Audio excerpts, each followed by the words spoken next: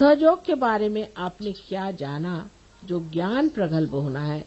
सो मैंने ऐसा सोचा है कि यहाँ पर एक क्लास होना चाहिए जिसमें औरतें भी और आदमी भी समझे कि सहयोग क्या है, इसका ज्ञान क्या है, इसके चक्रों को जानना। बहुत से लोग मैंने देखा एडवेंट खरीदते हैं, जैसे कोई धर्म पुस्तक हो, और खरीद के उस पे सुंदर मखमल का वो चढ़ा के उसकी रोज पूजा करते।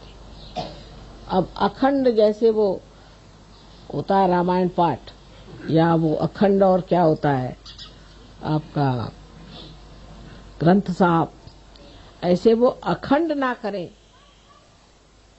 इतना ही मैं मानती हूँ।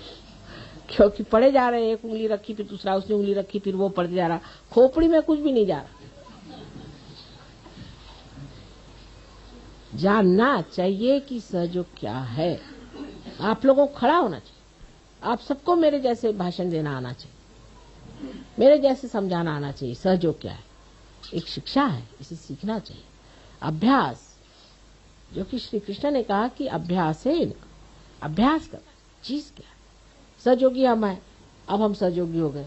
लोग कहेंगे भाई ये क्या होता है, अब पता नहीं, कुछ तो होता ही है।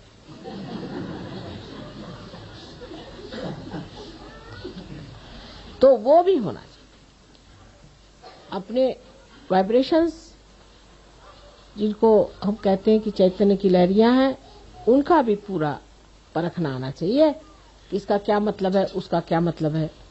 कितनी बातें गुह्य से गुह्यतर हमने आपको बता दी, और कहना चाहिए गुह्य से गुह्यतर गुह्यतम हमने आपको बता दी, सारी चीजें आपको बता दी।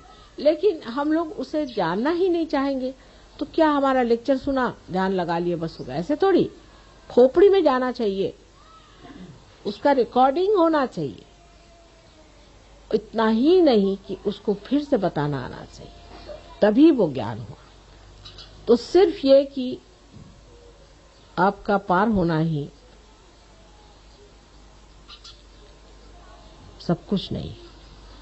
अब जो बड़े बड़े साधु संत हो गए, उन्होंने तो ये सब कुछ इतना जाना भी नहीं था बेचारों ने। अगर जानते होते तो वो भी आपके जैसे जागृति देते रहते।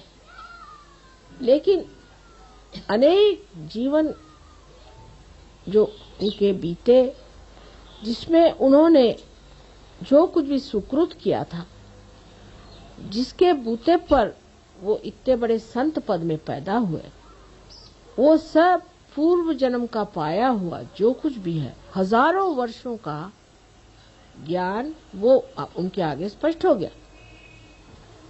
लेकिन आपके लिए तो एक ही जन्म में सब कुछ हमने बता दिया। आपको कोई मेहनत भी करनी नहीं पड़ी, ना इतने जन्म जन्मांतर की सुकृत चाहिए, कुछ नहीं चाहिए। ये तो ऐसा ही हुआ कि एक पैसा बैंक में डाल के हजारों रुपए आप ले लीजिए। समझ लीजिए इस बात। उनका जो ज्ञान है वो अनेक जन्म की तपस्या से पाया हो। बड़े बड़े ऋषि मुनि साधु संत जो हुए हैं, वो पहले जमाने में बड़े मनन करने वाले दृष्टा ऐसे होकर के सर्वसाधारण साधु के रूप में पैदा हुए थे, संतों के रूप में, कि सर्वजन समुदाय से बातचीत कर सके। लेकिन हम तो सर्वसामान्य जन समुदाय हैं, सुकृत भी हमारा थोड़ा बहुत होगा ही। तो अब एक ही जन्म में अगर आप सब कुछ जान सकते हैं, सुकृत की भी जरूरत नहीं। लोग पूछते भी हैं, उनमें से एक बड़े भारी साधु मुझे कहने लगे कि माँ हमने तो हजारों वर्ष तपस्या करने पे सब पाया, आपने इनको 1 मिनट में क्यों दे दिया। तो हमने कहा भी देखो हमारी मर्जी है, मर्जी में आ गया हो गया, हम क्या करें, मर्जी की बात। तुम क्यों जलते हो।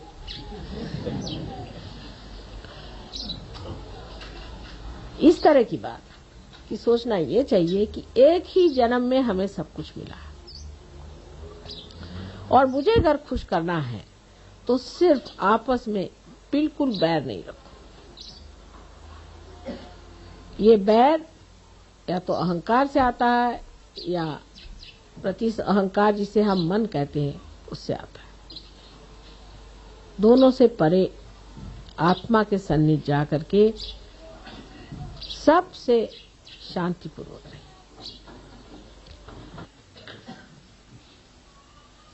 ये संतों के राज में हम बैठे हुए हैं, संतों की इतनी मंडली कभी देखी नहीं थी। इस संतों के मंडली में जो होना चाहिए, जो विशेष आह्लाददायिनी शक्ति इनकी दिखनी चाहिए, प्रेममयी शक्ति दिखनी चाहिए, इनके मुख पर आनंद की ज्योत जलती दिखनी चाहिए। यही सबना चाहते हैं हम, जिसमें आपका भी भला हो और संसार का भी भला हो। यही एक माँ की इच्छा है कि मेरी सारी शक्तियां तुम लोग ले लो।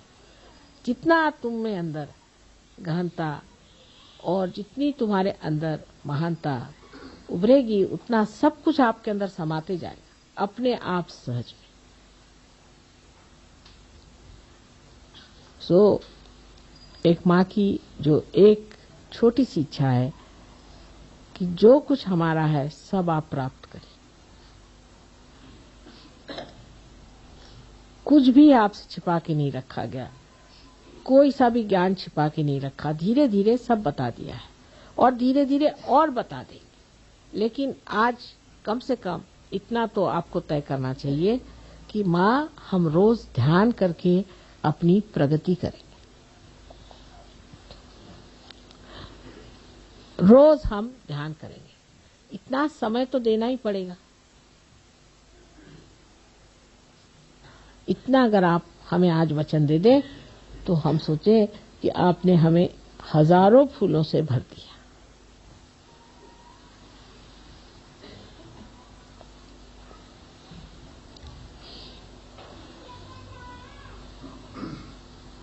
हाँ, सो और कोई बात है?